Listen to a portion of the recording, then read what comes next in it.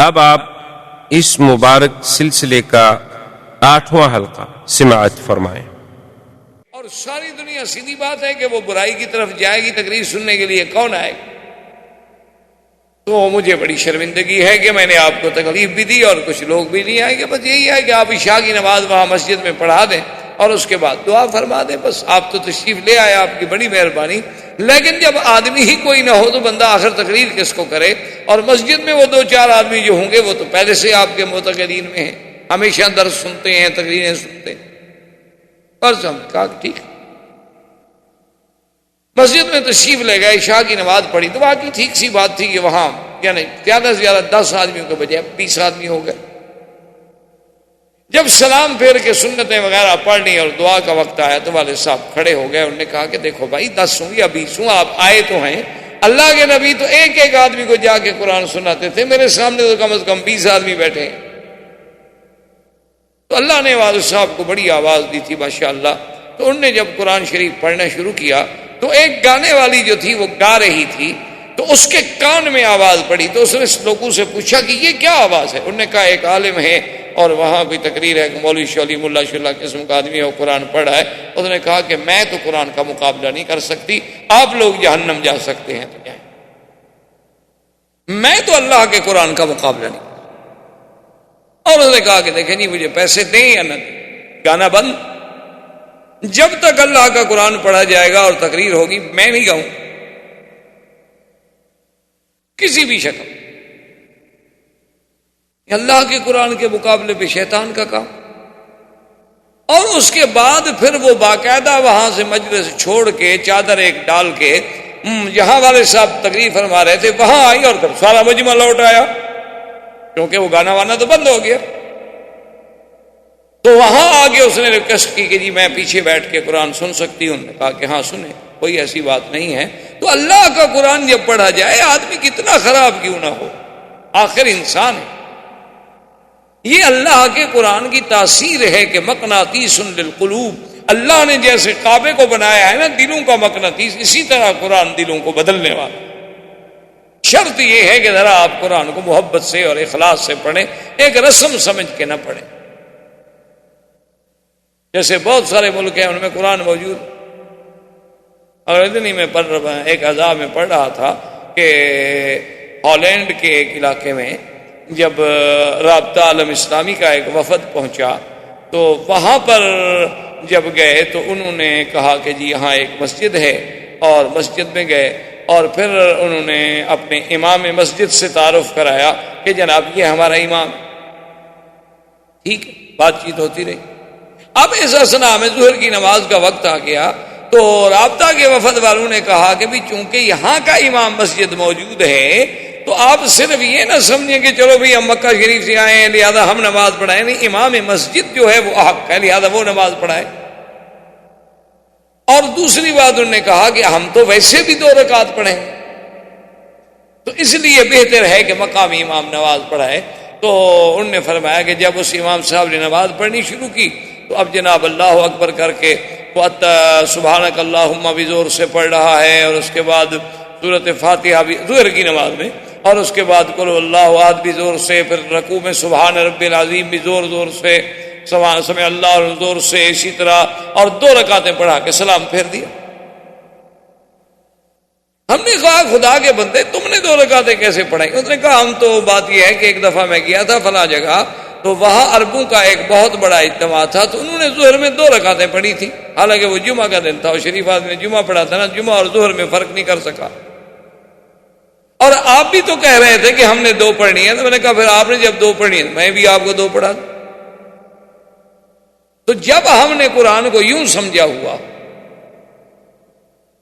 اچھا انہوں نے کہا کہ جناب اس کے بعد پھر ہم بلقیق کے ایک شہر میں گئے تو ان سے جب ہم نے پوچھا کہ بھی آپ کا جمعہ کیسے پڑھاتے ہیں، کون پڑھاتے ہیں؟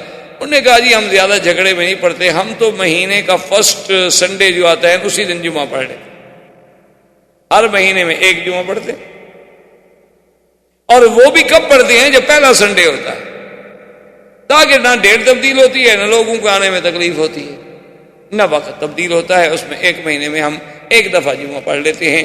اور کیوں بھائی؟ انہوں نے کہا بس ہم نے یہی سنا ہے کہ اسلام میں جمعہ ہے، بس تم نے کہا مہینے میں تو ہم بھی پڑھ لیتے ہیں ایک دم۔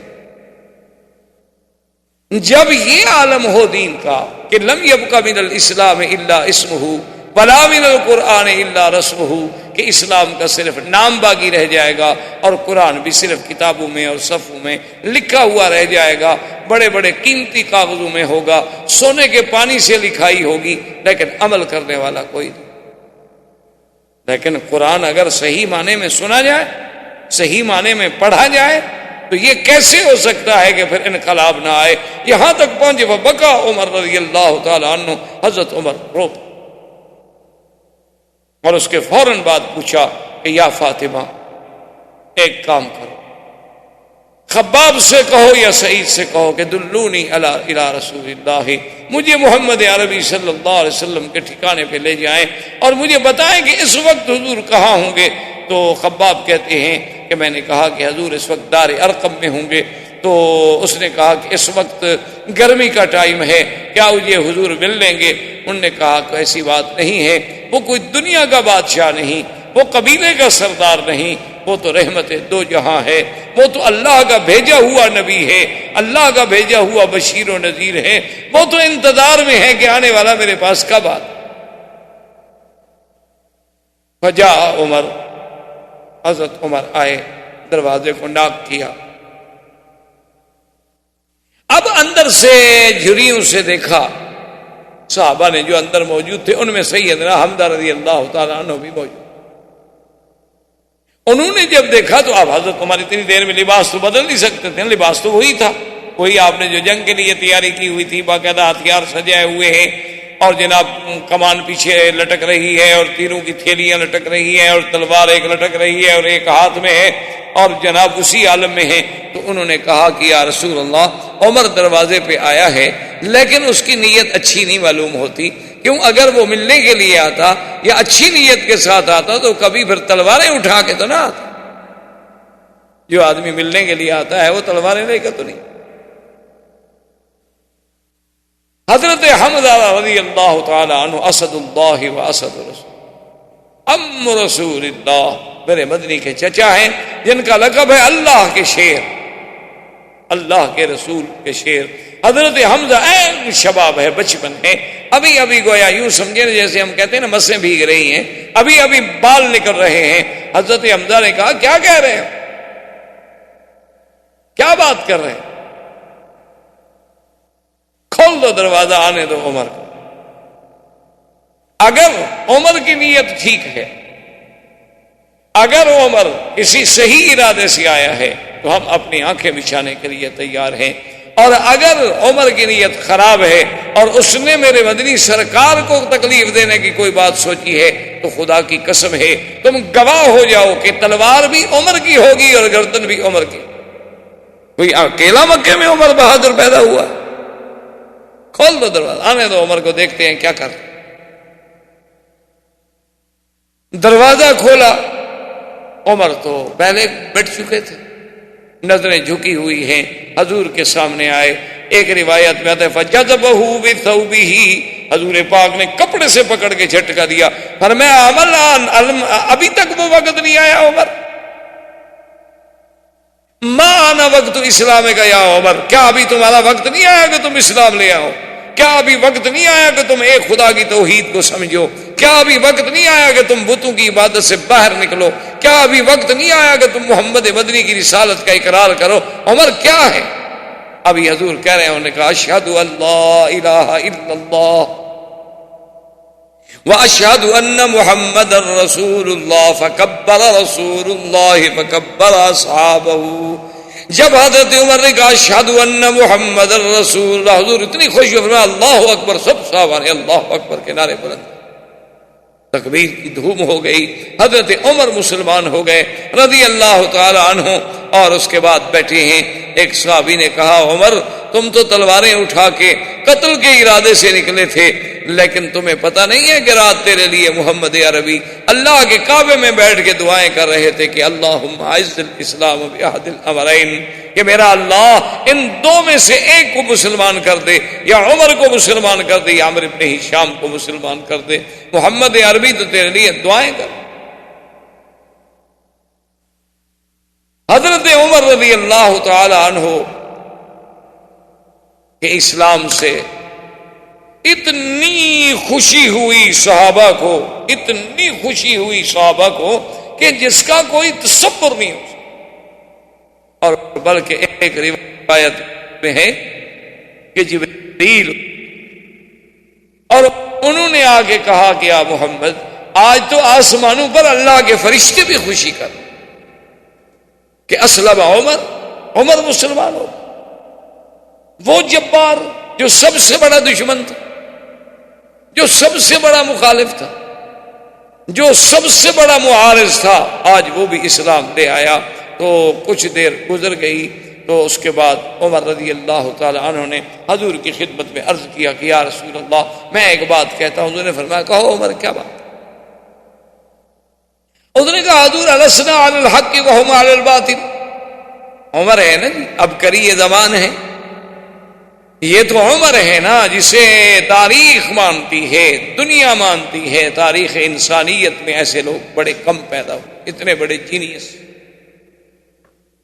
اس نے کہا کہ یا رسول اللہ صلی اللہ علیہ وسلم السنا علی الحق وهم علی الباطل، کیا یہ بات ٹھیک نہیں کہ ہم حق پر ہیں اور مکے کے مشرکین جو ہیں وہ باطل پہ ہیں؟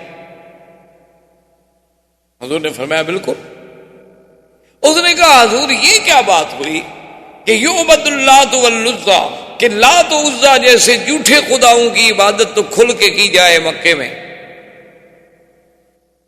جھوٹے معبودان باطلہ، منات ہے، لات ہے، عزیٰ ہے، یہ کیا ہے؟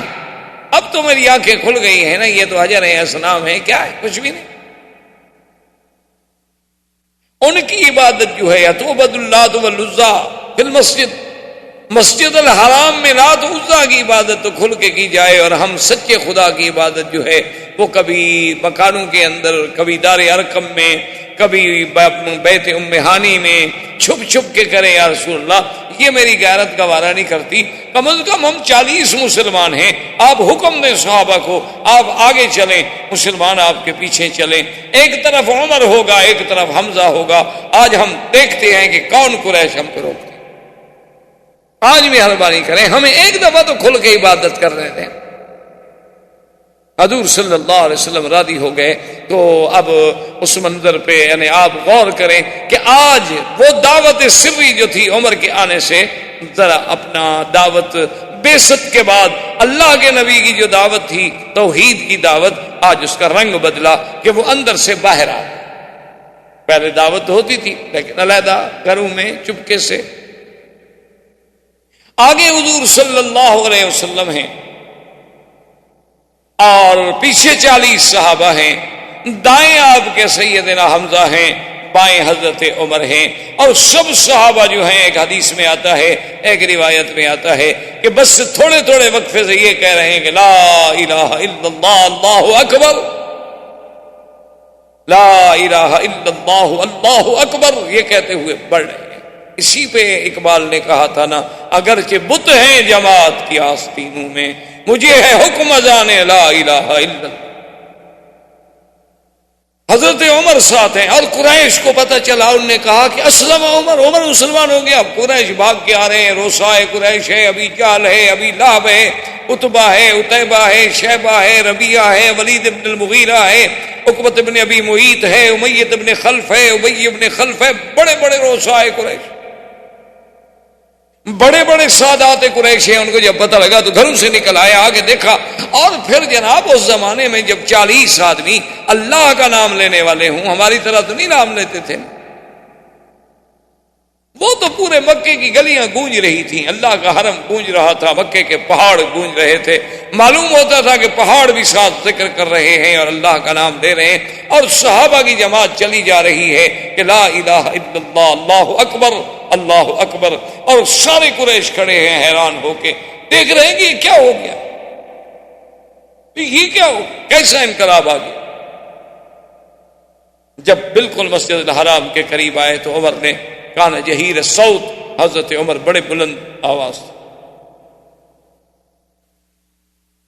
بڑا اللہ نے انہیں یعنی جبروت، طاقت، قوت، صلاحیتوں سے نوازا تھا، اتنی آواز میں شدت تھی کہ کبھی اگر بعض مورخین تو ایسا بھی لکھتے ہیں کہ عمر کبھی اگر غصے میں آ کے دھاڑ دیتے تھے تو عورتوں کے حمل گر جاتے تھے، لیکن یہ بات ہمیں کسی حدیث میں نہیں۔ بہرحال اتنا کوئی شک نہیں کہ بلند آواز۔ حضرت عمر کھڑے ہو گئے، قافلہ رک گیا، اور کفار قریش کو مخاطب ہو کے کہا کہ اس نے کہا کہ سودائے قریش، روسائے قریش، سن لو، اگر تم میں سے کسی کو شک ہو ابن خطاب پر تو سن لو تم بھی کہ اشہد ان لا الہ الا اللہ واشہد ان محمد رسول اللہ، اور اس کے بعد میں تمہیں کہتا ہوں آگے بڑھو اگر آج تم نے اپنے بچوں کو یتیم کرانا، اور آج جس کو یہ شوق ہو کہ اس کی عورت بیوہ ہو جائے، بچے یتیم ہو جائے، تو عمر کی تلوار کا مقابلہ۔ اب قریش تو ان کے لیے تو یہ صدمہ ایسا تھا نا کہ اسی میں وہ آدھے پاگل ہو گئے، ان کی ہمتیں تو اسی میں ٹوٹ چکی تھی کہ پہلے تو مسلمان ہوتا تھا نا جی، Khabbab, Hazrat Bilal, Yasir, Ammar, Bibi Bibi Sumayya, Bibi Bibi Nahdiya, غریب ضعیف کمزور لوگ، عبداللہ ابن مسعود رضی اللہ تعالیٰ عنہ آئے، ابی ذر رضی اللہ تعالیٰ عنہ آئے، بڑے ضعفاء لوگ تھے۔ عمر تو آخر ایک قریش میں سے ایک بہت بڑے ستون تھے، تو ان کے لیے تو پہلے ابھی وہ اس حیرت سے نہیں نکلے تھے، لیکن مقابلہ کریں تو کیسے کریں۔ حضرت عمر رضی اللہ تعالی عنہ نے آپ کی قیادت میں حضور صلی اللہ علیہ وسلم سرکار کی غلامی میں آئے، مکے میں آ کے ذکر اللہ کا نام ہوا، عبادت کی گئی، نمازیں پڑھی گئیں، اور اس کے بعد پھر مسلمان حضور صلی اللہ علیہ وسلم کے ساتھ اسی طرح جس انداز میں آئے تھے واپس اپنے اپنے گھروں کو چلے گئے۔ اب قریش نے کہا کہ دار الندوہ میں میٹنگ بلاؤ، یہ تو بڑا مشکل مسئلہ ہو، اب کیا کریں؟ دار الندوہ میں جب جمع ہوئے، بڑے بڑے سردار جمع ہوئے، انہوں نے کہا کہ اب مشورہ کریں، اب ہمارے پاس کیا حل ہے، یہ تو حضرت عمر بھی مسلمان ہو گیا۔ انہوں نے کہا ایسا کرتے ہیں کہ آج ایک نئی تجویز رکھتے ہیں حضور صلی اللہ علیہ وسلم کے سامنے۔ انہوں نے کہا جی وہ کیا تجویز ہے؟ انہوں نے کہا ایک نئی تجویز پیش کرتے ہیں حضور صلی اللہ علیہ وسلم کے سامنے، اور ہمیں بالکل یقین ہے کہ اس تجویز پہ اللہ کے نبی جو ہیں وہ مان گئے۔ حضور صلی اللہ علیہ وسلم تشریف لائے، آپ کو بلایا گیا۔ رسائے کفار قریش نے کہا کہ یا محمد صلی اللہ علیہ وسلم، آج ہم نے ایک نیا اقتراح، نئی تجویز رکھی ہے جو امید ہے کہ آپ کو بڑی پسند آئے گی، اور یہ روز کا جو جھگڑا ہے یہ بھی ختم، اور ایسی تجویز ہے کہ آج تک ہم نے آپ کے سامنے نہیں رکھی، اس پہ مہربانی کر کے آپ بڑے ٹھنڈے دل سے غور کریں۔ انہوں نے فرمایا ٹھیک ہے، کہو کیا بات ہے۔ انہوں نے کہا کہ بات یہ ہے کہ ہم نے اب یہ فیصلہ کر لیا ہے کہ آپ اور ہم صلح کر لیتے ہیں، ایک دن جو ہے آپ ہمارے خداؤں کی عبادت کریں، اور ایک دن ہم آپ کے خدا کی عبادت کرتے ہیں، صلح کر لیتے، جھگڑا ختم کر۔ فرفض رسول اللہ، حضور نے فرمایا کیا کہہ رہے ہیں؟ انہوں نے کہا اچھا حضور اگر آپ کو یوں منظور نہیں نا، چلو ایسا کریں، ایک دن جو ہے آپ ہمارے الہا کی تعظیم کریں، عبادت کریں، ان پہ آپ سلام کریں، ان پہ آ کے مسا کریں، انہیں چومیں چاٹیں، اور 8 دن جو ہے نا ہم آپ کے خدا کی عبادت کریں گے۔ دیکھو ہم 8 دن، آپ ایک دن۔ حضور نے فرمایا یہ بھی قبول نہیں۔ انہوں نے کہا اچھا حضور ہم ایک قدم اور آگے بڑھتے ہیں کہ آپ ایک دن عبادت کریں، ہم 1 مہینے تک آپ کے خدا کی عبادت کریں۔ حضور نے فرمایا یہ بھی قبول نہیں۔ انہوں نے کہا کہ اچھا جناب ہم اس سے بھی اور آگے جاتے ہیں، آپ 1 دن کے لیے ہمارے خدا کی عبادت کریں، ہم 1 سال تک آپ کے خدا کی عبادت کریں گے، چلو مسئلہ ختم کرو، جھگڑا تو نہ ہو نا۔ حضور نے فرمایا بدبختو تم کیا سمجھ، 1 دن عبادت کرو یا 1 گھڑی عبادت کرو، بندہ تو کافر ہو گیا۔ غیر اللہ کی عبادت جو ہے وہ یہ تو نہیں ہے نا کہ جیسے آج کل مسلمان ہیں نا جی ماشاءاللہ، وہ بھی باہر تبوت شاہ حسین، ایک فارسی میں محاورہ مشہور ہے کہ ہر تبوت پہ شاہ حسین کہنے کے لیے ہماری قوم تیار ہے۔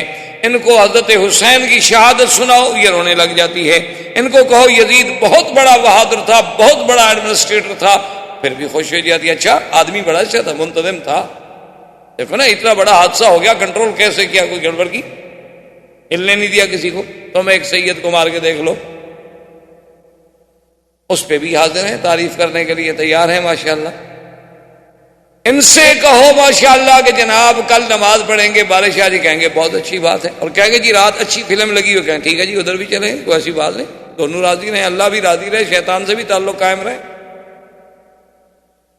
صبح کو پی اور شام کو توبہ, رند کے رند رہے اور مسلمانی بھی نہ گئی. ماشاءاللہ مسلمان بھی ہیں, وہ تو رات کو پیتے ہیں نا, دن کو تو نماز پڑھتے ہیں. تو اس لیے ان کو سمجھ, حضور نے فرمایا ظالمو کیا کہہ رہے ہو. اللہ کے قرآن کی یہ سورت جو تھی نا, قل یا ایھا الکافرون لا اعبد ما تعبدون ولا انتم عابدون ما اعبد ولا انا عابد ما عبدتم ولا انتم عابدون ما اعبد لکم دینکم ولی دین. اللہ نے فرمایا میرے مدنی کھڑے ہو کے برات کا اعلان کر دیں کہ کافروں کیا لا اعبد ما تعبدون, میں تو ہرگز عبادت نہیں کر سکتا ان چیزوں کی جن کی تم پوجا کرو. اور تم کیا کرو گے کہ ایک دن اگر اپنے خدا کو پوجو گے تو پھر میرے خدا کو عبادت کرنے کا کیا مطلب ہوا. یہ کیا بات ہوئی کہ قبر پہ بھی سجدہ اور خدا کے گھر پہ بھی سجدہ. یہ کیا بات ہوئی کہ یا اللہ تو بھی رحم فرما اور یا علی تو بھی مشکل کشائی کر دے, یا رب العالمین یا ارحم الراحمین اور یا دستگیر اور یا معین الدین اجمیری. یہ کیا تماشا ہے, یہ کوئی دین تو نہیں ہے. لکم دینکم ولی دین, پھر تمہیں تمہارا دین مبارک, مجھے میرا دین. تمہیں تمہارا طریقہ مبارک, ہمیں ہمارا طریقہ مبارک. ہم اپنی بات پہ رہیں گے, تم باطل کو نہیں چھوڑنا چاہتے ہو اور اللہ کے نبی سے تقاضا کرتے ہو کہ وہ حق کو چھوڑ دے. اب کافر اس سے بھی ناکام ہو کہ بھئی یہ بات بھی ہماری نہ چلی. اب ہم نے تو بڑا اچھا راستہ نکالا تھا, اسی لیے جیسے ہوتا ہے نا جی آج کل لوگ کہتے ہیں کہ دیکھو نا جی بہرحال دیکھیں آپ لوگ اتنے سخت مولوی بھی نہ بنا کریں, ہم بھی آپ کی تقریریں سننے کے لیے آ جاتے ہیں, تو کبھی کبھی آپ بھی ہمارے ساتھ چلے جایا کریں, کوئی خاص فرق نہیں پڑتا. آدمی تھوڑا سا نرم ہونا چاہیے. یہ جو سختی ہے نا مولویوں میں کہ ہر وقت دین اور ہر وقت نماز اور ہر وقت روزہ اور ہر وقت اللہ کا نام اور ہر وقت داڑھی رکھو, ہر وقت مسواک کرو, یار یہ کیا ہے. بس ایک دفعہ آپ نے کہہ دیا, پڑھے لکھے لوگ ہیں, سمجھدار ہیں, ہمارا دین قبول کرنے کو جی نہیں چاہتا, یہی بے عین ہی کافر کہتے تھے. اس لیے قرآن نے کہا وَدُّوا لَوْ تُدْهِنُوا فَيُدْهِنُونَ. اللہ نے فرمایا میرا نبی کافر تو یہ چاہتے ہیں کہ ذرا تم نرم ہو جاؤ تاکہ وہ بھی نرم ہو جائیں.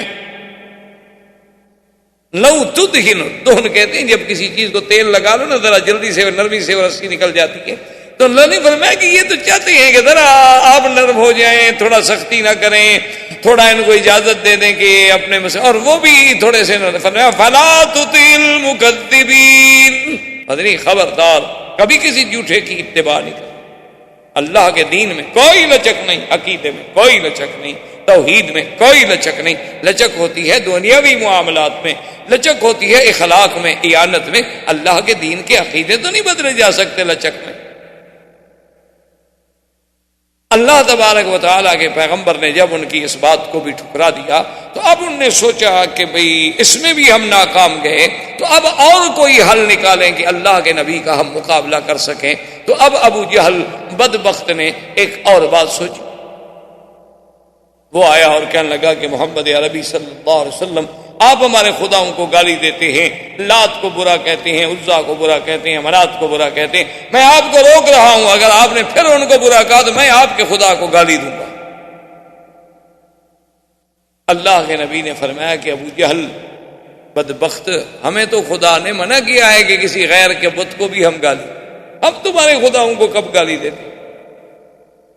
ہمارا دین تو ہمیں یہ اجازت ہی نہیں دیتا کہ ہم کسی کو گالی دیں, ہم کسی کے دین کو گالی دیں. ہمارے اسلام میں یہ گنجائش نہیں ہے. تم کیا کہہ رہے ہو کہ ہم تمہارے خداؤں کو ہم تو کہتے ہیں کہ یہ خدا نہیں ہے. تم اس بات کو اگر گالی سمجھتے ہو تو یہ الگ بات.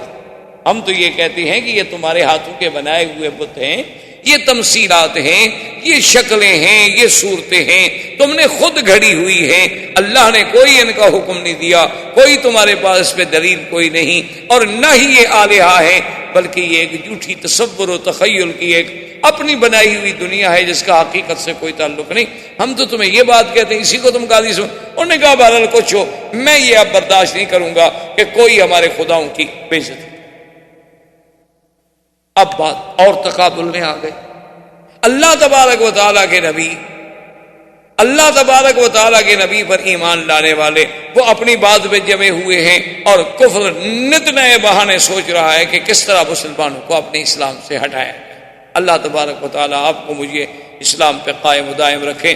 وما علینا الا البلاغ، اللہم سلمنا ولا تسلمنا، وامنحنا ولا تمتحنا، اللہم اکرمنا ولا تہنا، اللہم زدنا ولا تنقصنا، اللہم اعطنا ولا تحرمنا، اللہم آسرنا ولا تؤثر علینا، اللہم اجعلنا فی زمانک و امانک و احسانک، صلی اللہ تعالی علی خیر خلقہ سیدنا محمد وعلی آلہ وصحبہ اجمعین۔ الحمد للہ رب العالمین، والصلاة والسلام على اشرف الانبیاء وسید المرسلین، سیدنا محمد وعلى آلہ واصحابہ اجمعین۔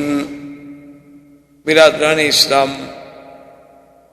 محترم بھائیوں، عزیز بچوں، الحمدللہ کئی دنوں سے ہم نے اپنے دروس کا سلسلہ جو ہے وہ سیرت نبی پاک، سیرت رسول پاک صلی اللہ علیہ وسلم کا آغاز کیا ہوا ہے۔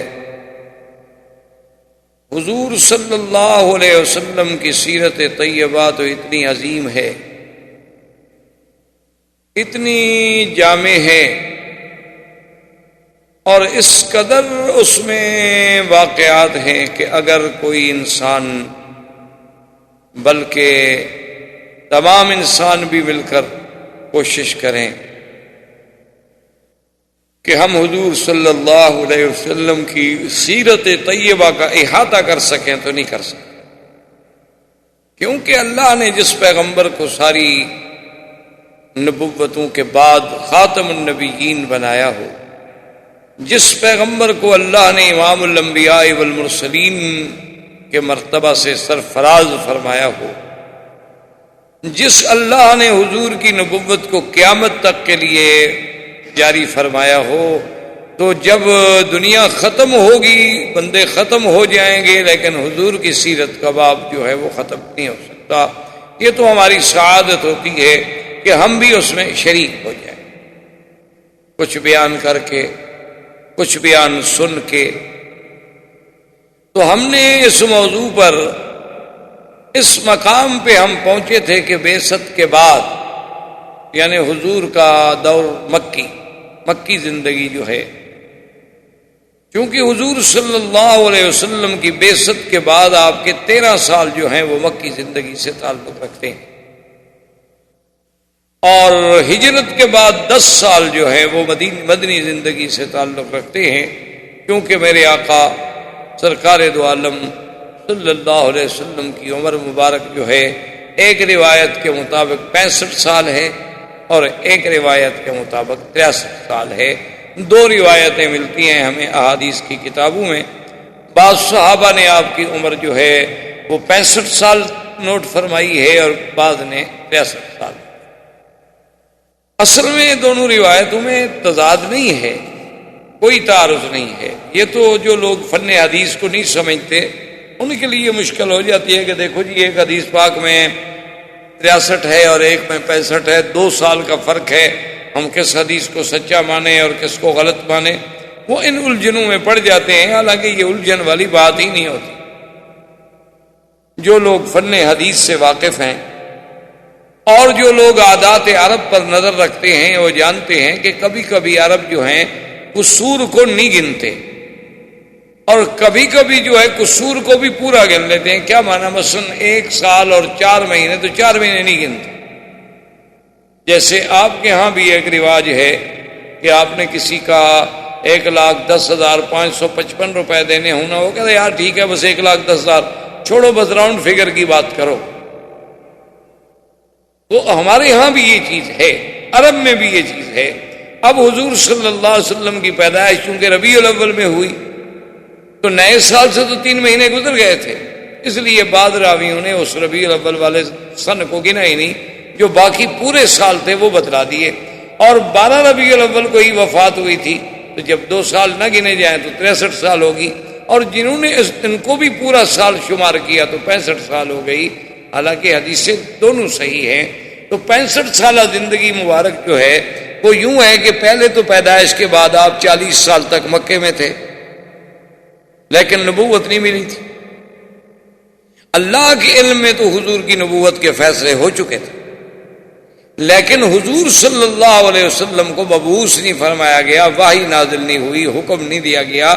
40 سال کے بعد جب وحی اتری، اب حضور صلی اللہ علیہ وسلم نے مکے میں جو زندگی گزاری وہ 13 سال.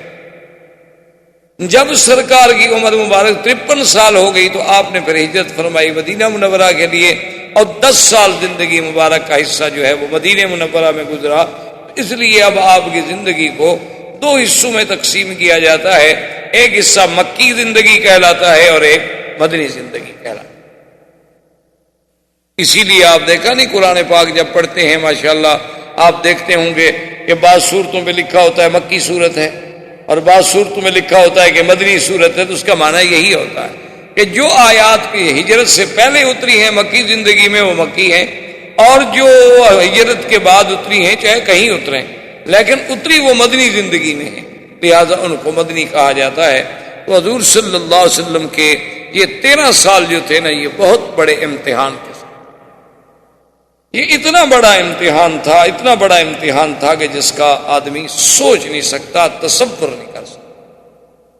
اسی لیے علماء نے لکھا ہے کہ جب بھی کوئی آدمی دین کا کام کرے گا تو اس کو لازماً علی منہاج النبوت کام کرنا پڑے گا کہ حضور کے عین طریقے پہ چلے. اب حضور صلی اللہ علیہ وسلم نے جب سب سے پہلے دعوت دی، انذار کا کام شروع ہوا، تو وہ سارے دوست، وہ سارے رشتہ دار، وہ سارے اقارب، وہ سارے احباب جو تھے وہ دشمن بن فوراً بن. اور دشمنی کی بھی کوئی حد ہوتی ہے. آپ نے پچھلے دروس میں سن لیا ہے کہ کس طرح صحابہ کو انگاروں پہ لٹایا گیا، کس طرح صحابہ کو پھانسیوں پہ چڑھایا گیا، کس طرح صحابہ پہ ظلم و تشدد کے پہاڑ توڑ ڈالے گئے. لیکن اللہ کی شان ہے، امتحان کی مدت طویل ہے، اور اللہ کا حکم ہے کہ میرے مدنی صلی اللہ علیہ وسلم خالص صبر کرنا ہے، کوئی جواب نہیں دینا. جب یہ تشدد اور ظلم حد سے بڑھا تو عقبۃ ابن ابی معیط ایک شخص تھا، اس نے سوچا کہ میں کوئی حل نکالوں، کوئی راستہ نکالوں. لیکن نا جی آخر کوئی آدمی بھی عقل والا ہو، انسان ہو، تو کسی پہ ظلم ہوتا ہوا دیکھ کے آخر اس کا بھی تو کبھی نہ کبھی دل پسیج ہی جاتا ہے. اس کے دل میں بھی رحم آیا کہ بھی آخر یہ رات دن کا تشدد جو ہے یہ کوئی مسئلے کا حل نہیں ہے. تو اس نے کہا میں دعوت کروں اور دعوت میں بلا کے اس مسئلے پر کوئی حل کریں، کوئی کوشش کریں، کوئی راستہ نکل آئے. اس نے بڑے بڑے لوگوں کو دعوت دی اور سرکار دو عالم صلی اللہ علیہ وسلم سیدنا محمد الرسول اللہ آقا انعامدار کو بھی دعوت دی. حالانکہ کافر ہے، مشرک ہے پکا. جب حضور صلی اللہ علیہ وسلم دعوت پہ آ گئے، لوگ بھی دعوت پہ آ گئے، تو حضور صلی اللہ علیہ وسلم چپ کر کے بیٹھ گئے. تو عقبۃ ابن ابی معیط نے کہا کہ آقا میں نے آپ کو دعوت دی ہے، آپ آگے بیٹھیں اور سالہ طعام پہ بیٹھیں، کھانا کھائیں. آپ نے فرمایا واللہ لا، آپ نے فرمایا خدا کی قسم ہے میں تمہاری دعوت میں کھانا نہیں کھاؤں. اب عرب کے لیے یہ بات جو تھی ایک بہت بڑا عیب تھی کہ مہمان گھر میں آئے، اسے دعوت دی جائے اور وہ کھانا نہ کھائے. یہ بہت بڑی بات تھی. ہمارے یہاں کے تو روایات الگ ہیں نا. ہمارے یہاں تو مہمان کھانا نہ کھائے تو ہم سمجھتے ہیں اچھا ہوا، بلا ٹل گئی، جان چھٹی، چلو ایک آدھا دفعہ رسمن کہہ دیتے ہیں. حالانکہ عرب روایات اس کے بالکل الٹ ہیں. اسی لیے آپ نے دیکھا نہیں کہ حضرت سیدنا ابراہیم الخلیل علیہ السلام کے جب مہمان آئے تو فوراً آپ نے بچڑا ذبح کیا، بھونا، اس کو اٹھا کے لائے، بیوی ساتھ ہے، خود ساتھ ہیں، خدمت کے لیے خود کھڑے ہوئے ہیں، اور رکھا وقربہ الیہم فقال الا تاکلون، کہا بھی آؤ کھائے. اب وہ چپ کر کے بیٹھے ہوئے ہیں. فاوجس منہم خیفۃ، ابراہیم علیہ السلام ڈر گئے. انہوں نے کہا یہ کھانا جو نہیں کھا رہے پر یہ دوست نہیں. تو پھر انہوں نے بتایا، انہوں نے کہا ابراہیم الخلیل آپ نہ ڈریں، ہم تو اللہ کے فرشتے ہیں، ہم تو کھاتے ہی نہیں نا، ہم تو کھانے سے پاک ہیں، اور آپ نے تو پوچھا ہی نہیں ہم سے، اور آپ چپ کر کے چلے گئے اور فوراً بٹھا ذبح کر کے تشریف لے آئے. تو اب آپ کو تسلی ہوئی. تو کسی کا کھانا نہ کھانا جو ہے یہ کوئی معمولی سی بات نہیں ہوتی، اور یہ بہت بڑی اہانت شمار ہوتی تھی کہ میں نے دعوت کی ہے اور مہمان کھانا نہیں کھاتا. تو عقبۃ ابن ابی معیط نے جب بڑی منتیں کی، بڑا اصرار کیا، اپنی سب توڑ کوشش کی، آخر اس نے کہا کہ یا رسول اللہ صلی اللہ علیہ وسلم اس کا کوئی حل ہے؟ حضور نے فرمایا بالکل حل موجود ہے. اس نے کہا کیا؟ فرمایا حتی تسلم، فرمایا عقبہ اگر تم کلمہ پڑھ لو، مسلمان ہو جاؤ تو پھر میں کھانا کھاؤں. اللہ کے نبی کی شان ہے نا کہ وہ مشرک کا کھانا نہیں کھانا. اب اس نے دیکھا کہ میں کیا کروں، حالانکہ اس کا کوئی اسلام کا خیال تو نہیں تھا، لیکن اس نے دیکھا کہ بھئی اب میری تو ناک کٹ جائے گی کہ بھئی اس کے کھانے میں مہمان آئے اور کھانا نہیں کھایا. اس نے کہا کہ اشہد ان لا الہ الا اللہ واشہد ان محمد رسول اللہ، چلو حضور میں مسلمان ہوتا ہوں، آپ کھانا کھائیں. آپ نے کہا ٹھیک ہے، اب میں کھانا کھاتا ہوں. جب حضور صلی اللہ علیہ وسلم کھانا تناول فرما کے واپس تشریف لے گئے تو قریش کے لوگ تو موجود تھے. انہوں نے کہا یہ تم نے کیا کیا؟ کیف اسلمت؟ انہوں نے کہا کمال ہے بھائی، میری عزت کا مسئلہ تھا اور اب میں اسلام لا چکا ہوں. لیکن ابی ابن خلف وہ بھی مشرک تھے. اس نے ساتھیوں سے کہا کہ ٹھیک ہے تم بحث نہ کرو، یہ جانے اور میں جانوں. اس نے اس سے اتنا مجبور کیا کہ اس نے کہا کہ اچھا ٹھیک ہے میں دین نبی چھوڑنے کے لیے تیار ہوں، بس تم لوگ ایسا نہ ہو کہ ساری برادری مجھ سے ناراض ہو جائے تو میں دین. انہوں نے کہا کہ نہیں، ہم اس طرح نہیں مانیں گے، ہم تو تب مانیں گے. اس بدبخت نے کہا نعوذ باللہ کہ تم جا کر حضور صلی اللہ علیہ وسلم کو سامنے کھڑے ہو کے کہو کہ میں نے اسلام کو چھوڑ دیا ہے اور نعوذ باللہ حضور کی طرف تھوک کے آؤ. تو یہ وہ عقبۃ ابن ابی معیط ہے. یعنی آپ اندازہ کریں کہ اللہ کا نبی بیٹھا ہو حرم میں اور ایک آدمی آ کے تھوک دے، حضور کے دل پہ کیا گزری. آج تو آپ تھوڑا سا بھی دین کا کام کریں، تھوڑی سی آپ کسی کو دین کی بات کریں، وہ ناراض ہو جائے تو آپ کہتے ہیں دیکھو جی میری بےزتی ہو گئی، ٹھیک ہے چھوڑو یار آئندہ ہم نہیں کریں گے. ہمیں کیا پڑی ہے کہ ہم خام خواہ اپنی بےزتی کراتے رہیں. لیکن اللہ کے نبی کا مقام دیکھیں اور اس کے ساتھ دشمن کا انتقام دیکھیں کہ وہ بدبخت آتا ہے، سامنے کھڑے ہوتا ہے اور تھوکتا ہے اور چلا جاتا ہے. اسی کے بارے میں قرآن پاک میں آیا کہ ابی ابن خلف جب مرا اور اللہ کا عذاب اس پہ شروع ہوا تو قرآن نے اس آیت میں اشارہ کیا ہے کہ یا ویلتا لیتنی لم اتخذ یا ویلتا لیتنی لم اتخذ فلانا خلیلا لقد اضلنی عن الذکر بعد اذ جاءنی وَكَانَ الشَّيْطَانُ لِلْإِنسَانِ خَذُولًا. کہ وہ حسرت کرے گا، تندم کرے گا اور کہے گا ہائے کاش اس بندے کو میں دوست نہ بناتا، اس کی بات میں نہ مانتا، میں اسلام کو نہ چھوڑتا، میں حق کی صداقت کو قبول کرنے کے بعد راستے سے نہ ہٹتا. لیکن اسی شخص نے مجھے بہکایا، اسی نے مجھے بھٹکایا اور اسی نے مجھے صراط مستقیم سے علیحدہ کر دیا. اور شیطان تو چاہتا یہی ہے کہ انسان کو ذلیل ذلت میں ڈالے. ان تمام واقعات کے بعد قریش نے ایک اور مشورہ کیا. انہوں نے کہا کہ یہ ہے کہ حضور صلی اللہ علیہ وسلم کے گھر کے قریب دیکھو بھی کس کس کے گھر ہیں. تو ابی لہب کا گھر بالکل قریب تھا، اسی طرح اور کفار قریش کے کچھ لوگ تھے جن کا گھر جو ہے حضور صلی اللہ علیہ وسلم کے گھر کے بالکل قریب تھا، تو ان بدبختوں نے یہ طے کر لیا کہ اپنے گھر کا کوڑا کرکٹ گندگی جتنی ہے نا سب جا کے حضور کے گھر کے آگے ڈال دیا کرو روزانہ۔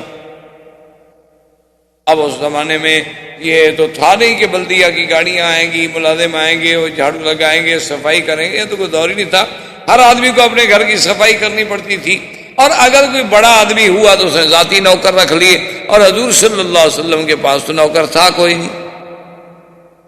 یعنی آپ اندازہ کریں انتقام کی شکلوں کا کہ وہ جناب سارا جو ہے نا نعوذ باللہ روزانہ کا انہوں نے معمول بنا لیا کہ جب ان کے گھر کا کوڑا کرکٹ اکٹھا ہو جائے وہ رات کو آگے حضور کے گھر کے آگے ڈال کے چلے جائے۔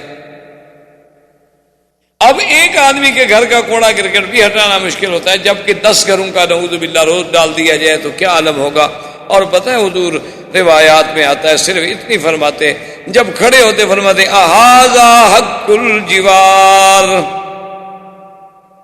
بس، اور صرف اتنی بات حضور فرماتے کہ کیا ہمسایہ گیری کا یہی حق ہے جو تم کر رہے ہو؟ چلو تمہیں میری نبوت پر ایمان نہیں، تمہیں میری رسالت پر ایمان نہیں، لیکن ہمسایہ گیری کے بھی تو کچھ اصول ہے نا۔ اور اسلام نے تو ہمسائے کو اتنا بڑا مقام دیا ہے، اتنا بڑا مقام دیا ہے کہ صحیح حدیثوں میں موجود ہے کہ حضور نے فرمایا جبریل یوصینی فی الجار فخفت ان یورثہ، کہ اللہ تبارک و تعالیٰ نے بار بار جبریل کو بھیجا کہ ہمسائے کے حقوق کا خیال کرو، ہمسائے کے حقوق کا خیال کرو۔ حضور نے فرمایا میں تو ڈر گیا کہ کہیں پتہ نہیں اللہ تبارک و تعالیٰ ہمسائے کو بھی میراث میں حقدار بنائیں گے کہ جیسے بیٹے بیٹیوں کو حصہ دیتے ہو ہمسائے کو بھی حصہ دو، یعنی اتنا بڑا حق ہے۔ اور عرب کا ایک محاورہ بھی ہے کہ الجار جار ولو جار، کہ جار جو ہے ہمسایہ ہمیشہ ہمسایہ ہی ہوتا ہے، چاہے وہ ظالم بھی کیوں نہ ہو، چاہے ظلم بھی کیوں نہ کرے، آخر ہمسایہ۔ اور حق الجوار جو ہے یہ تو بڑی مشہور سی بات، تو حضور صرف اتنی بات فرماتے اہذا حق الجوار، مکے والوں یہی ہمسایہ گیری کا حق ہے جو تم کر رہے۔ لیکن انہوں نے کہاں باز آنا تھا جی، وہ تو دشمن تھے، ان کا تو پروگرام ہی یہی تھا کہ حضور صلی اللہ علیہ وسلم کو اتنا ستایا جائے، اتنا تنگ کر دیا جائے کہ اللہ کا نبی جو ہے دعوت توحید کی تبلیغ سے باز آ جائے۔ ایک دن ابو جہل بدبخت نے ایک اور تجویز سوچ لی، اس نے سب قریش کے سردار بیٹھے ہوئے تھے، اس نے کہا بھی بات سنو، یہ گھر کے آگے ہم نے گندگی ڈالی ہے، سب کچھ کیا ہے، راستے میں بھی کوڑا کرکٹ ڈالا ہے، کبھی کبھی حضور پہ بھی پھینک دیتے تھے بدبخت، لیکن اس سے بھی تو حضور کی دعوت میں کوئی کمی نہیں آئی۔ تو اب ایسا کریں کہ جب حضور اللہ کے گھر میں عبادت کر رہے ہوں نا تو اسی قسم کی کوئی کوڑا کرکٹ جو ہے حضور کی نماز کی حالت میں حضور کے اوپر ڈالا جائے۔ چلو بھی جتنے آدمی بیٹھے تھے نے کہا بتاؤ کون ایسا کرے گا؟ تو یہ عقبۃ ابن ابی معیط، اس نے کہا کہ میں کروں۔ یہ اسی انتظار میں تھا کہ ایک دن کچھ لوگ آئے، انہوں نے آ کر ایک اونٹ ذبح کیا۔ ان کی عادت تھی نا کہ بتوں کے آستان پہ آ کے اونٹ چڑھاتے تھے اور دمبے اور جانور ذبح کرتے تھے۔ انہوں نے جب اونٹ کو ذبح کیا زمزم کے اس طرف، حضور صلی اللہ علیہ وسلم بھی عبادت میں نماز میں مشغول تھے، اور آپ زیادہ تر نماز پڑھتے تھے ما بین الرکنین، حجر اسود اور رکن یمانی کے درمیان، زیادہ حضور یہاں بیٹھ کے نفل پڑھتے، نماز پڑھتے۔ اور وجہ علماء نے یہ بھی لکھی ہے کہ یہاں سے جب آپ یوں کھڑے ہوتے مسجد اقصیٰ کی طرف رخ کرتے تو یہ کعبہ بھی تو درمیان میں آ جاتا تھا، نماز اسی کی طرف پڑھتے تھے، لیکن کھڑے ایسی جگہ ہوتے کہ یہ کعبۃ اللہ جو ہے یہ بھی درمیان میں رہے۔ تو سرکار دو عالم صلی اللہ علیہ وسلم نماز پڑھ رہے تھے کہ انہوں نے اونٹ ذبح کیا، اور اس کا اندر کی جو آنتیں اور امعاء اور اندر کی جو اس کا سارا یعنی گندگی کا بھرا ہوا مجموعہ تھا، اس عقبۃ ابن ابی معیط بدبخت نے وہ وہاں سے اٹھایا، فجعل علی راسہ، سرکار دو عالم کے سر مبارک پہ، حضور سجدے میں ہیں اور سر پہ رکھے، اور حضور کی زبان پہ جاری ہے سبحان ربی الاعلی، سبحان ربی الاعلی، سبحان ربی الاعلی، اللہ تیری ذات بہت بلند ہے، ہر چیز سے، ہر نقصان سے پاک ہے۔ حضور صلی اللہ علیہ وسلم اسی سجدے کی حالت میں، تاریخوں میں آتا ہے، روایات میں آتا ہے کہ جب قریش نے دیکھا فضحکوا ضحکا، اتنا ہنسے کہ ایک دوسرے پہ گر رہے ہیں اور ٹوٹ پڑ رہے ہیں، وہ دیکھو جی، وہ دیکھو جی اللہ کے نبی، دیکھو دیکھو کیسے عبادت کر رہا ہے، کہ دیکھو جی اونٹ اوپر ہے اور اللہ کا نبی نیچے ہے، اور سارے چہرے پہ خون ہے اور ساری اس کی گندگی ہے، اور کافر خوش ہو رہے ہیں۔ میرے بھائی، آپ کو اور ہمیں تو اللہ کے راستے میں پتہ نہیں کبھی کانٹا بھی لگا ہے کہ نہیں لگا۔ آپ کو اور ہمیں اللہ کے دین کی تبلیغ میں کبھی کسی نے کوئی بات بھی کہی ہے کہ نہیں کہی، بلکہ آج کل تو ماشاءاللہ مولوی صاحبان کو دعوتیں ہوتی ہیں، بڑے بڑے کھانے ہوتے ہیں، پھر سواریاں آتی ہیں، اس کے بعد جناب اہتمام ہوتے ہیں، آرام ہوتے ہیں، تو یہ، لیکن اللہ کے نبی کی دعوت کا انداز دیکھیں کہ ذرا آنکھیں بند کر کے تصور تو کریں کہ عالم کیا ہوگا۔ آپ خود سوچ رہے ہیں کہ اگر آپ سجدے کی حالت میں ہوں اور آپ کے ساتھ کوئی ایسا کرے تو آپ پہ کیا گزرے۔ لیکن چونکہ اللہ کے نبی اللہ کے احکام کے پابند ہوتے ہیں، حضور اسی حالت میں ہیں۔ عبداللہ ابن مسعود رضی اللہ تعالیٰ عنہ آئے، انہوں نے دیکھا کہ اس حالت میں اللہ کے نبی ہیں، وہ فرماتے ہیں لیکن میں ضعیف تھا، کمزور تھا، اب میری طاقت تو نہیں تھی کہ اتنے قریش کا میں مقابلہ کر سکوں۔ میں چپکے سے گیا اور میں نے جا کے حضرت فاطمہ الزہرا رضی اللہ تعالیٰ عنہ، حضور صلی اللہ علیہ وسلم کی بیٹی کو جا کے کہا کہ یہ واقعہ حرم میں ہو گیا، لیکن میں تو کچھ نہیں کر سکتا۔ اور سیدہ فاطمہ الزہرا رضی اللہ تعالیٰ عنہ کا بھی بچپن ہے، بالکل بچپنا ہے، لیکن آپ آئیں غصے میں، اور اللہ نے اتنی قوت دی کہ بی بی صاحبہ نے پکڑا اور اتارا حضور صلی اللہ علیہ وسلم کے سر مبارک سے، اور حضور نے بھی سجدے سے سر اٹھایا۔ تو بی بی فاطمہ الزہرا نے جب دیکھا کہ سامنے قریش کے سردار اور روسا جو ہے کھڑے ہنس رہے ہیں، تو نے کہا اللہم علیہ، یا اللہ ان بدبختوں کو پکڑ جنہوں نے تیرے نبی کے ساتھ اتنا بڑا ظلم کیا، تیرے پیغمبر کے ساتھ اتنا بڑا ظلم کیا۔ یعنی مقابلے کی بھی کوئی حد ہوتی ہے، گستاخی کی بھی کوئی حد ہوتی ہے، یہ بھی کوئی یعنی انسانیت ہے۔ اگر ذرہ کے برابر بھی کوئی رمق باقی ہو تو کوئی انسان ایسی حرکت سوچ سکتا۔ حضور صلی اللہ علیہ وسلم بھی غصے میں آ گئے۔ حضور نے بھی فرمایا اللہم علیک بعقبہ، اللہم علیک بعتبہ، اللہم علیک بشیبہ، اللہم علیک بالولید بن المغیرہ۔ آپ نے فرمایا کہ یا اللہ ان سب پر اپنا قہر نازل کر، ان کو اپنے قہر میں پکڑ لے۔ تو صحابی کہتا ہے کہ جب حضور کے مبارک منہ سے یہ لفظ نکلے تو میں نے دیکھا کہ کافروں کے رنگ جو تھے وہ اڑ گئے اور سب پریشان ہو گئے۔ جو پہلے ہنس ہنس کے ٹوٹ رہے تھے اب ایسے ہو گئے جیسے ان کے چہرے پہ کوئی خون ہی نہیں ہے۔ انہوں نے کہا کچھ ہو لیکن محمد کی دعا لگے گی۔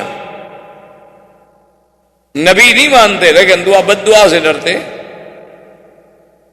نبوت کا اقرار نہیں کرتے لیکن بد دعا سے اتنے ڈرتے ہیں کہ انہوں نے کہا کہ بالکل ہم نہیں بچ سکتے۔ اب انہوں نے بالکل خائف بھی ہوئے، چپ بھی کر گئے۔ حضور صلی اللہ علیہ وسلم نے اس کے علاوہ کوئی بات نہ کی۔ آخر کافروں سے کچھ نہیں کہا، چپ کر کے آپ گھر تشریف لے گئے اور اسی طرح اپنی عبادات میں مستمر رہے۔ یعنی جو عبادت کا، دعوت کا، تبلیغ کا سلسلہ تھا وہ جاری۔ ابو جہل نے اب پھر ایک دفعہ دار الندوہ میں سارے قریش کو جمع کیا۔ اس نے کہا کہ بھی ہماری تو کوئی ترکیب جو ہے وہ کارگر نہیں ہو رہی۔ اور خدا کی شان دیکھو کہ اسی اثنا میں ایک عجیب حادثہ ہوا کہ جو مسلمان ہجرت کر کے تشریف لے گئے تھے نا حبشہ کی طرف، جن کے بارے میں آپ پہلے پڑھ چکے ہیں، اب ان کا عدد جو تھا تقریباً 83 پر پہنچ چکا تھا۔ 80 اور 3 آدمی جو تھے وہ بیوی بچوں کے ساتھ حبشہ میں دن گزار رہے تھے۔ اور ماشاءاللہ وہاں کا بادشاہ اچھا تھا، کسی پہ ظلم و ستم کرتا نہیں تھا، ان کی زندگی بڑی اچھی گزر رہی تھی۔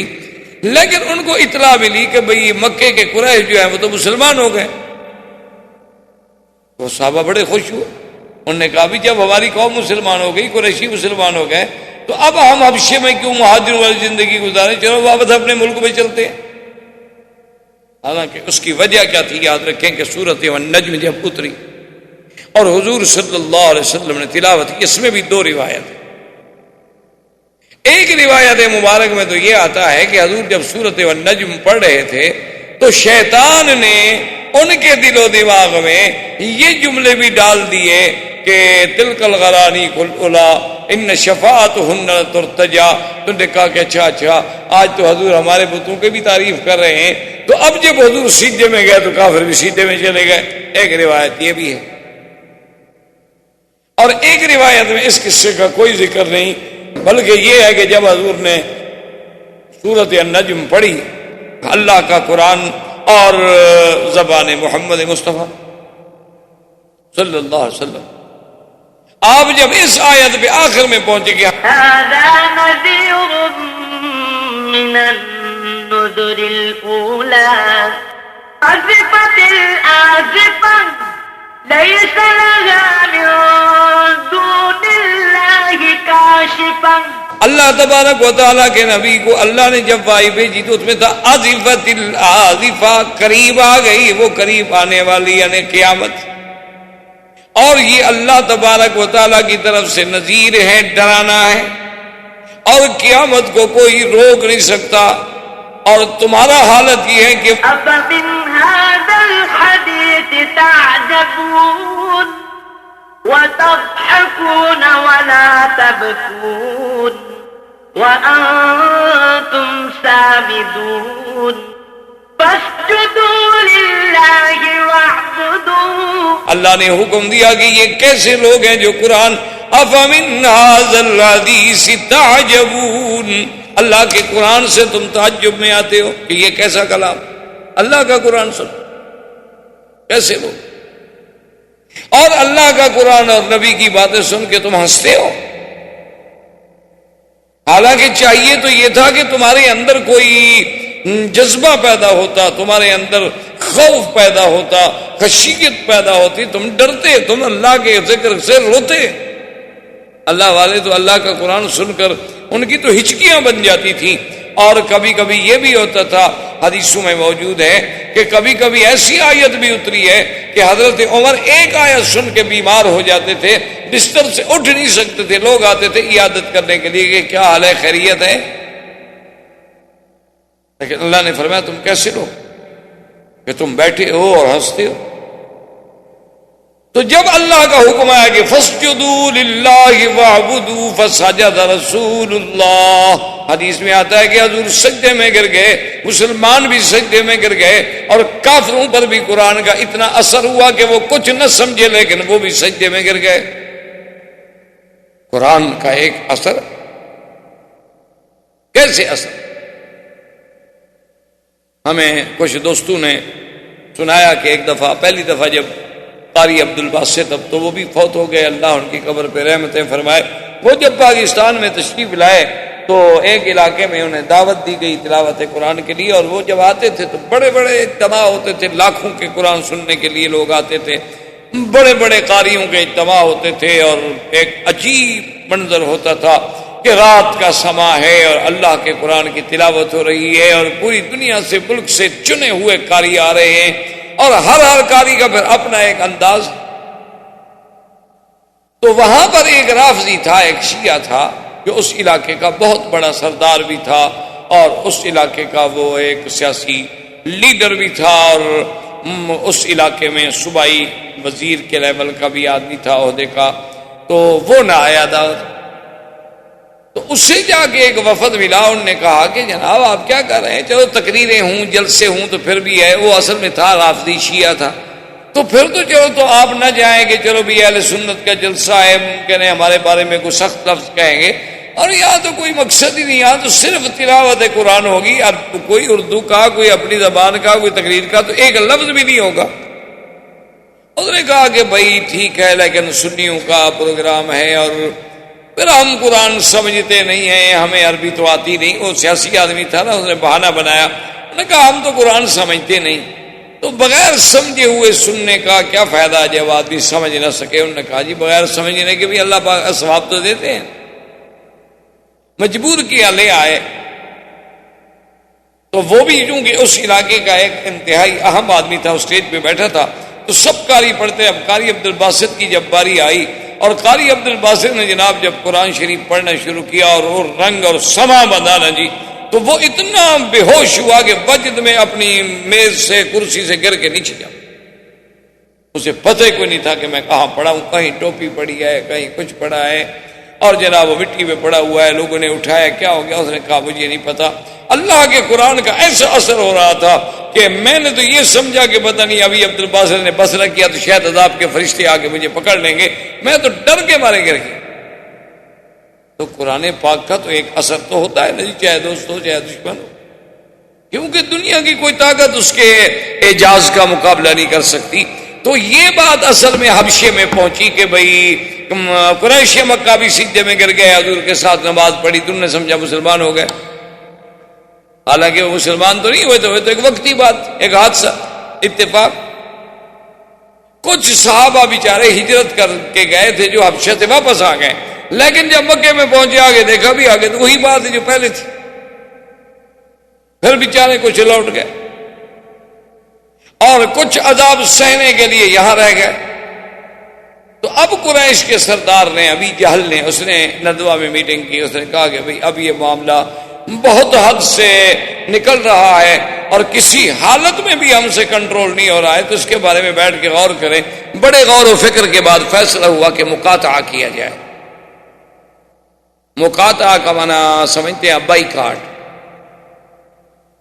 بھئی کیا بائیکاٹ کیا جائے؟ انہوں نے کہا کہ جی کوئی آدمی محمد رسول اللہ صلی اللہ علیہ وسلم کے خاندان بنو ہاشم سے کوئی آدمی بھی لین دین نہ کرے، کوئی آدمی بنی ہاشم جو ہیں بنی ہاشم کے پاس نہ جائے، کوئی آدمی بھی بنو ہاشم کو اعانت نہ کرے، اور لا یتزوجہم ولا یزوجہم، نہ تو ان سے شادی کرے اور نہ ان کو کوئی رشتہ دے. بنو ہاشم کے ساتھ بالکل مقاطعہ، پکا مقاطعہ کر دیا جائے. انہوں نے کہا جی کیوں؟ انہوں نے کہا اب اس کے علاوہ حل کوئی. اب جب مقاطعہ شروع ہوا حضور صلی اللہ علیہ وسلم سے تو ابی طالب کو بھی غصہ آیا. ابی طالب نے بنو عبد المطلب، بنی عبد مناف، بنو ہاشم کو بلا کے میٹنگ کی. اس نے کہا کہ دیکھو مکے والوں نے بائیکاٹ کر دیا ہے محمد رسول اللہ صلی اللہ علیہ وسلم خاندان سے، تو بتاؤ تم ساتھ دو گے؟ انہوں نے کہا نہیں ہم تو ساتھ دیں گے. ٹھیک ہے چلو، اب مسلمان نہیں تھے سارے. انہوں نے کہا مسلمان ہوں نہ ہوں لیکن یہ تو ہم نہیں برداشت کر سکتے کہ اللہ کے نبی محمد الرسول اللہ اور بنی ہاشم کو بھوکا مار دیا جائے. ہم تو ان کا ساتھ. جب ابو جہل کو پتہ چلا کہ بھی بنی عبد مناف، بنی ہاشم، بنی عبد المطلب یہ سب کے سب محمد عربی صلی اللہ علیہ وسلم کا ساتھ دینے کے لیے کھڑے ہیں، تو اس نے پھر میٹنگ کال کر لی. اس نے کہا بات سنو، اب ہمارا ان سب سے مقاطعہ ہے، ان تمام سے ہمارا مقاطعہ ہے. اور انہوں نے کہا ایسے بات نہیں چلے گی. فقط ابو صحیفۃ فعلقوها فی داخل الکعبۃ المشرفہ، ایک صحیفے پر انہوں نے شرط لکھ لی کہ بھی بنی ہاشم، بنی عبد مناف، بنی عبد المطلب ان کے ساتھ ملنا ملانا، کھانا پینا، بیچنا لینا دینا، نکاح رشتہ سب بند. اور یہ معاہدہ لکھنے کے بعد کعبہ شریف کے اندر اس کو لٹکا دیا. ان کی عادت تھی کہ کوئی اگر اہم قسم کا کوئی معاہدہ ہوتا تو یہ اس کو کعبۃ اللہ میں لٹکا دے.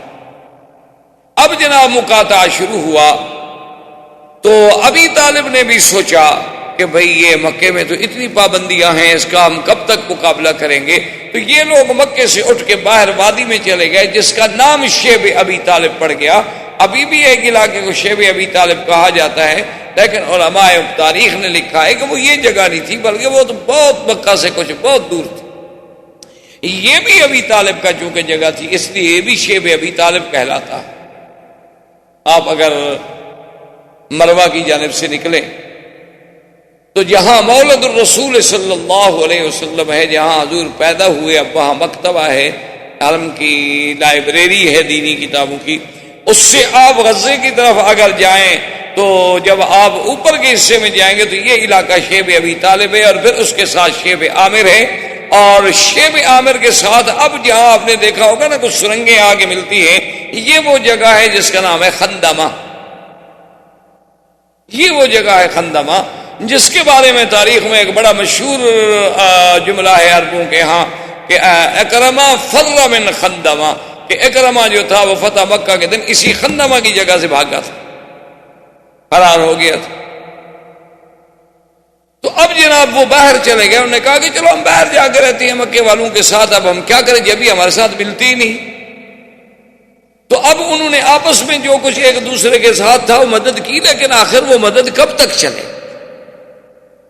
حکیم ابن حزام ایک شخص ہے، وہ بھی کافر تھا، مسلمان نہیں تھا، بعد میں اسلام اللہ نے نصیب کیا۔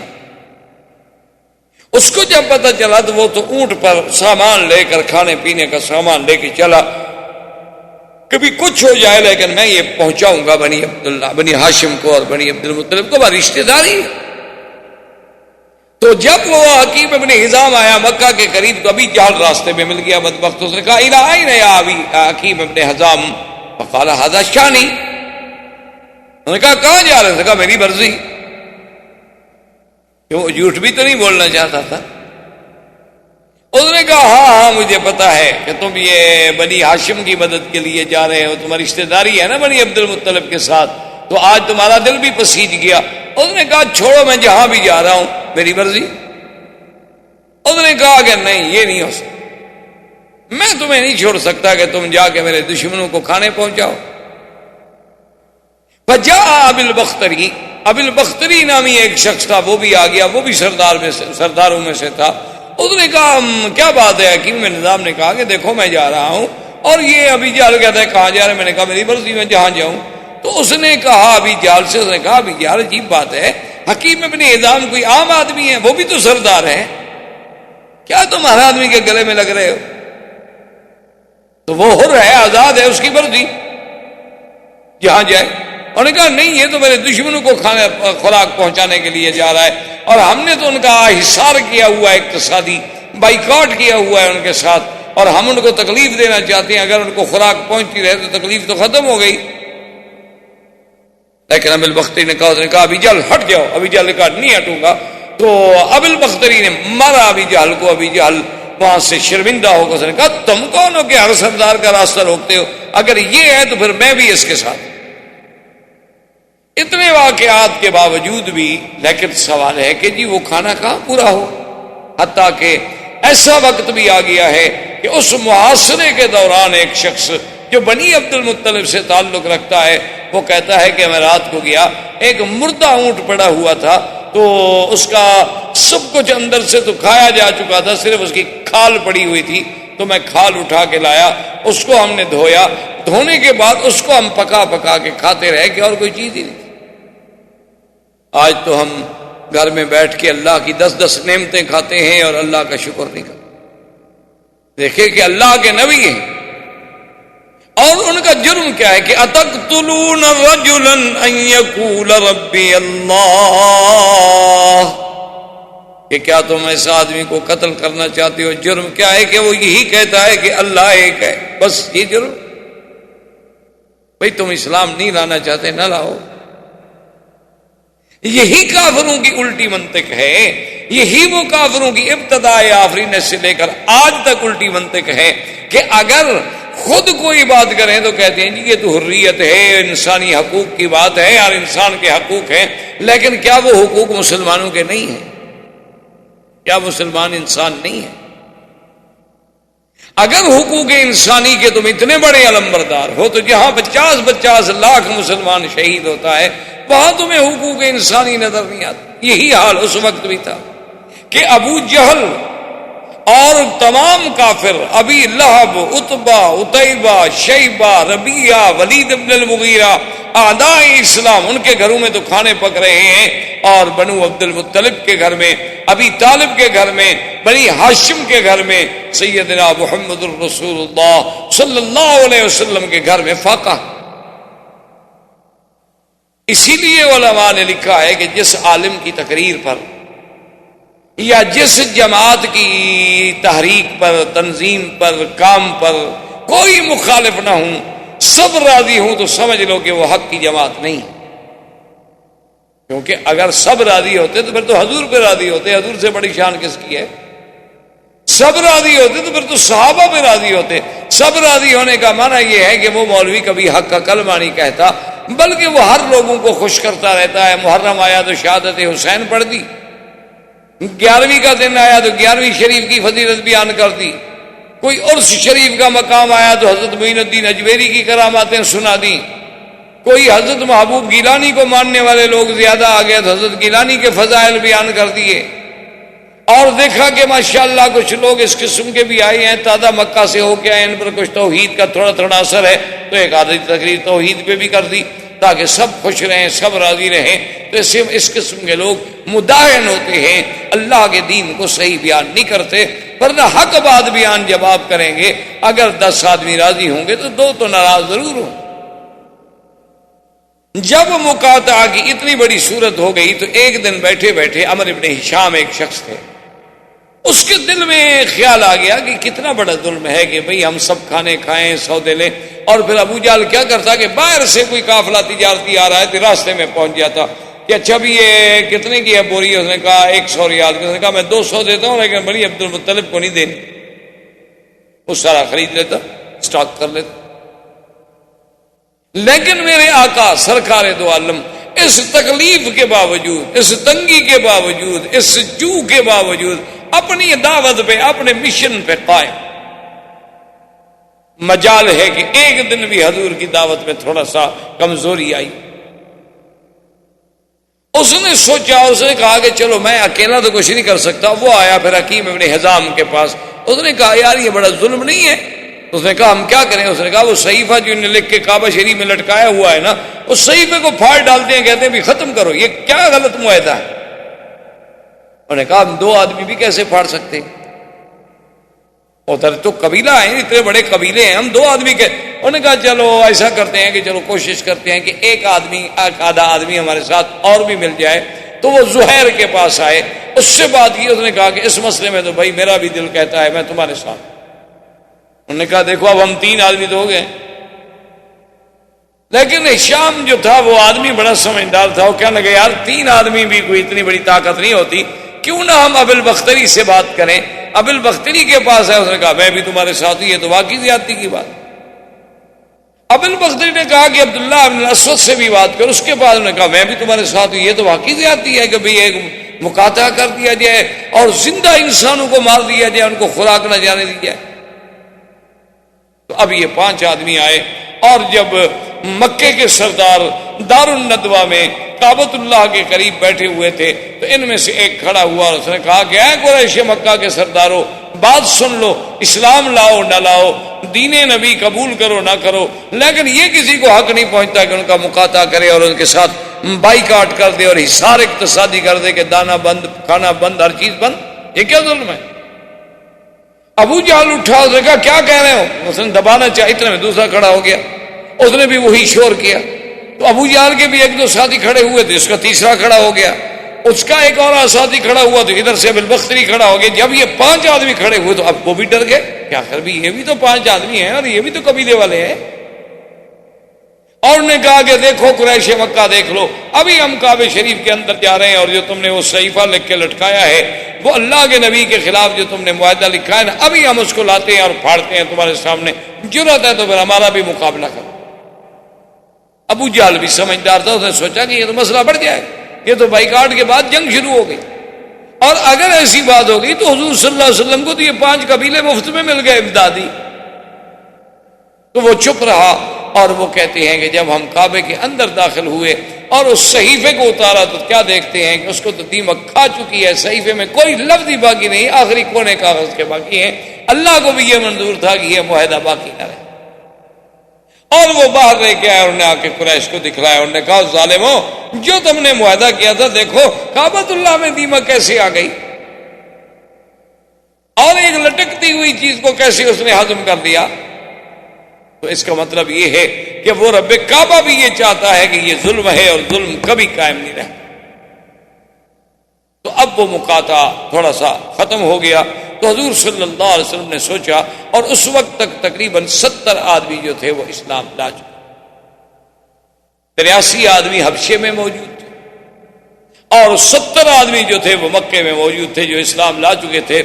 بعض لوگ جو تھے وہ کھل کے کہہ دیتے تھے حضرت عمر کی طرح، لیکن اکثر لوگ جو تھے وہ اپنے آپ کو چھپا کے رکھتے تھے، جرأت کے ساتھ کھل کے میدان میں نہیں آتے. ابھی حضور صلی اللہ علیہ وسلم سوچ رہے تھے کہ وہی سال ہے کہ جس میں پھر ابی طالب فوت ہو. اب ابی طالب حضور کا سب سے بڑا معاون، سب سے بڑا خیر خواہ، سب سے بڑا ہمدرد غم گسار کے جس نے 3 سال تک شیب ابی طالب میں گویا کہ قید کی زندگی تھی نا کہ اسی شیب ابی طالب میں ہی رہنا ہے، اللہ کے نبی کے ساتھ بیٹھا رہا. اور حالانکہ قریش نے اس کے ساتھ تو بیعت نہیں کیا تھا. اگر وہ وہاں نہ جاتے، حضور کی اعانت نہ کرتے تو مکے والے تو کچھ نہ کہتے ان کو. لیکن اس نے کہا کہ نہیں، اگر حضور سے بیعت تو میں بھی حضور کے ساتھ. لیکن خدا کی شان ہے، ہدایت کے دروازے اور ہدایت کے فیصلے میرے اللہ کے ہاتھ میں ہیں، وہ کسی کے ہاتھ میں نہیں ہوتے. کوئی ناز یہ نہ کرے کہ میں سید ہوں، میں عالم ہوں، عالم کا بیٹا ہوں. اللہ چاہے تو کسی جاہل کو بھی ہدایت دے دیں، اور نہ چاہے تو اللہ کے نبی کا چچا ہے ابی طالب، موت قریب ہے اور حضور تشریف لے آئے. حضور نے فرمایا کل کلمۃ احاج بہا عند اللہ یا امی کل کلمۃ، میرے چچا ایک دفعہ تو پڑھ لو لا الہ الا اللہ محمد الرسول اللہ. ایک دفعہ تو کلمہ پڑھ لو. قیامت والے دن میں اللہ کے آگے کہنے والا تو بنوں کہ میرے چچے نے چلو کسی حال میں صحیح کلمہ پڑھا تو تھا، میرا اللہ مہربانی کرتے. اور ابی طالب بھی چاہتا ہے اور کہتا ہے واللہ انی احب ان اقر عینک، کہتا ہے خدا کی قسم ہے میں چاہتا ہوں کہ میرے بھتیجے میں تمہاری آنکھوں کو ٹھنڈک پہنچاؤں، لیکن یعیرنی قومی، میری قوم مجھے ہمیشہ تانا دے گی کہ ابی طالب جو تھا وہ ڈر گیا اور ابی طالب جو تھا وہ ڈر گیا، لہذا میں اس تانے کو نہیں برداشت کر سکتا. انا علی دین عبد المطلب، میں عبد المطلب کے دین پہ ہوں، میں آپ کا دین قبول نہیں کرتا. اور اسی پہ اس کو موت آ گئی. فقام رسول اللہ صلی اللہ علیہ وسلم حزینا، حضور صلی اللہ علیہ وسلم اتنے غمگین ہوئے کہ جس کی کوئی حد نہیں تھی. اللہ نے قرآن نازل فرمایا انک لا تہدی من احببت ولکن اللہ یہدی من یشاء، کہ میرا مدنی آپ کے ہاتھ میں تو ہدایت نہیں کہ جس کو آپ محبوب رکھیں اس کو ہدایت دینے میری مرضی. میں چاہوں تو حضرت نوح کے بیٹے کو بھی ہدایت نہ دوں، میں چاہوں تو ابراہیم کے ابا آزر کو بھی ہدایت نہ دوں، اور میں چاہوں تو فرعون کی بیوی کو مومنہ بنا دوں. یہ تو میری مرضی ہے، یہ تو میرا نظام ہے، اس میں تو کوئی دخل نہیں دے سکتا. کتنے بڑے بڑے علماء ہیں جن کی اولاد جاہل، کتنے لوگ ہیں جو ان کے ماں باپ بالکل الف جاہل لیکن اولادیں بڑے بڑے علم حاصل کر چکی. یہ اللہ کی شان ہے، اللہ کا نظام ہے. اچھا خدا کی شان دیکھیں کہ ایک طرف دشمنوں کا مقابلہ اور دوسری طرف جو معاون، ایک معاون تھا مکے میں وہ بھی مر گیا. کوئی ایک امتحان تو نہیں آیا حضور پہ. اور ابھی 2-3 مہینے گزرے تھے کہ سیدہ خدیجہ بھی فوت ہو. 3 مہینے یا اس سے کچھ کم زیادہ. سیدہ خدیجہ رضی اللہ تعالی عنہا محسنہ اسلام، حضور کی سب سے پہلی بیوی، حضور کی تمام اولاد کی ماں اور سب سے بڑی محسنہ، جس نے اپنا مال، اپنا سب کچھ جو تھا وہ حضور پہ لٹا دیا، وہ بھی فوت ہو گئی. اسی لیے اس سال کو عربی میں کہتے ہیں عام الحزن. یہ تو سال ہی غم کا تھا بھائی، اس لیے اس کو عام الحزن، عام الحزن سے تعبیر کیا جاتا ہے کہ ہر طرف سے غم ہی غم. لیکن اللہ کے رسول کے پائے استقلال میں کوئی لچک، اپنی بات پہ قائم. اب حضور صلی اللہ علیہ وسلم نے سوچا، کیونکہ حالات کچھ ایسے ہو گئے کہ جب تک ابو طالب زندہ تھا تو مکے کے بڑے بڑے سردار جو تھے نا، وہ تو حضور کے سامنے آ کے گستاخی کرتے تھے. جیسے ابو جہل تھا، ابو لہب تھا، عتبہ عتیبہ تھا، ولید بن المغیرہ تھا، ابی بن خلف تھا، عقبۃ بن ابی معیط تھا. یہ لوگ تو گستاخیاں کرتے تھے، لیکن عام آدمی کو ضرورت نہیں ہوتی تھی کہ حضور کے سامنے گستاخی کرے. لیکن جب ابی طالب فوت ہو گئے، اب تو پھر ہر بندہ شیر ہو.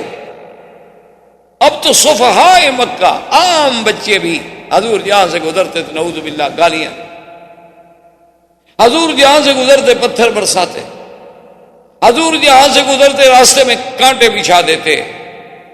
اب حضور صلی اللہ علیہ وسلم نے سوچا کہ معاملہ چونکہ اس حد تک چلا گیا ہے تو اس کا کوئی حل سوچوں، کیوں نہ ہو کہ میں مکے سے کچھ باہر نکلوں، کہ شاید اللہ تبارک و تعالی میرے آبان و انصار جو ہیں کچھ باہر سے پیدا کر۔ حضور صلی اللہ علیہ وسلم یہ سوچ کر طائف کے لیے نکلے، چونکہ سب سے قریبی شہر اس وقت طائف تھا، اور آپ اسی سے اندازہ کریں کہ حضور نے یہ سفر جو ہے پیدل طے فرمایا۔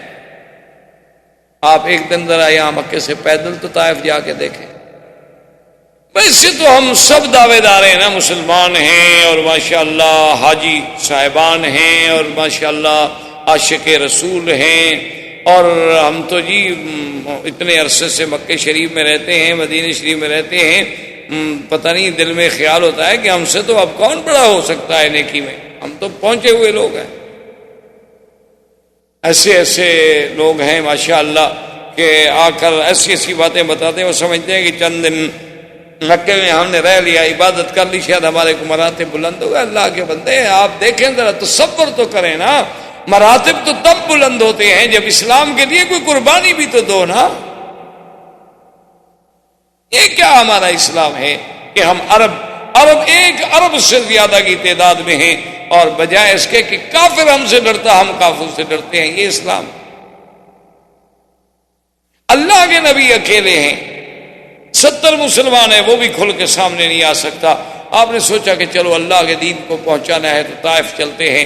حضور صلی اللہ علیہ وسلم جب طائف تشریف لے گئے تو طائف کے بالکل شہر کے باہر، یعنی گویا کہ آپ شہر میں جب داخل ہو رہے ہیں تو 3 آدمی، عبدی، علیل، حبیب اور مسعود، یہ 3 آدمی وہاں بیٹھے، اور یہ سردار تھے طائف کے، یہ بڑے بڑے روسا میں سے تھے، بڑے بڑے سرداروں میں سے تھے۔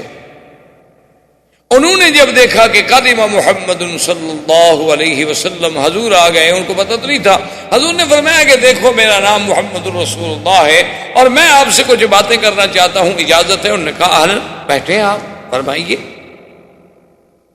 حضور صلی اللہ علیہ وسلم نے دعوت توحید دی اور قرآن پڑھا، اللہ کا قرآن سنایا، تو وہ بدبخت تو سمجھ گئے کہ ہاں یہ تو وہ محمد پاک ہیں جس کے قریش مخالف ہیں۔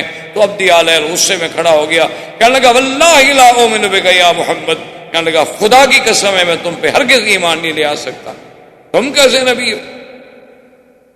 دوسرا کھڑا ہو گیا، تیسرا کھڑا ہو گیا، سب نے چیخنا شروع کر دیا، لا اؤمن بک لا اؤمن بک لا اصدق بکلامک، ہم تمہاری بات کو نہیں مانتے، ہم ایمان نہیں لے آتے، ہم ایمان نہیں لے آتے۔ اتنا شور کیا۔ حضور صلی اللہ علیہ وسلم فرماتے ہیں کہ میرے غم میں مزید اضافہ ہو گیا اللہ کے راستے میں۔ میں حیران ہوں کہ میرا مولا کہ میں نے یعنی مکہ چھوڑا، طائف آیا کہ شاید کوئی راستہ نکلے، یہاں بھی راستے مسدود ہو رہے ہیں۔ تو حضور نے فرمایا کہ میں نے ان سے بات کی، میں نے کہا کہ دیکھو تم سردار ہو، عقل والے ہو، چلو تم میری بات نہیں مانتے ہو نہ مانو، لیکن مجھے روکو تو نہیں، میں طائف والوں کو جا کے بات تو کروں۔ انہوں نے کہا ہم کیوں آپ کو روکے نہیں؟ حضور صلی اللہ علیہ وسلم نے طائف میں جان، آپ نے کہا اچھا میں تو جاتا ہوں، اور انہوں نے جناب لڑکوں کو اور آباشوں کو حکم دیا حضور کے سامنے، حضور قرآن پڑھتے ہیں وہ تاڑیاں پیٹتے ہیں۔ یعنی آپ اندازہ فرمائیں، آپ نے کبھی اپنے ساتھی کو بھی دین کے لیے نہیں کہا ہو، آپ نے اپنے کبھی کسی دوست کو بھی دین کے لیے آمادہ نہیں کیا ہوگا، اور کاروں میں بیٹھ کر بھی نہیں کہا ہوگا، لیکن خود سوچیں کہ حضور پاک نے کہاں طائف ہے، پیدل چل کے پہاڑیوں میں، اور ظالم کافر جو ہیں پتھر برسا رہے ہیں اور پاؤں سے خون بہ رہا ہے، پھر بھی محمد مدنی کی زبان پہ اللہ کا قرآن۔ جیسے کہ کسی نے کہا تھا نا کہ سرے دار بھی پکارا، لبے بام بھی صدا دی، میں کہاں کہاں نہ پہنچا تیری دید کی لگن میں۔ احباب کرام، اس کے بعد اب آپ اس مبارک سلسلے کی CD نمبر 9 سماعت فرمائیں۔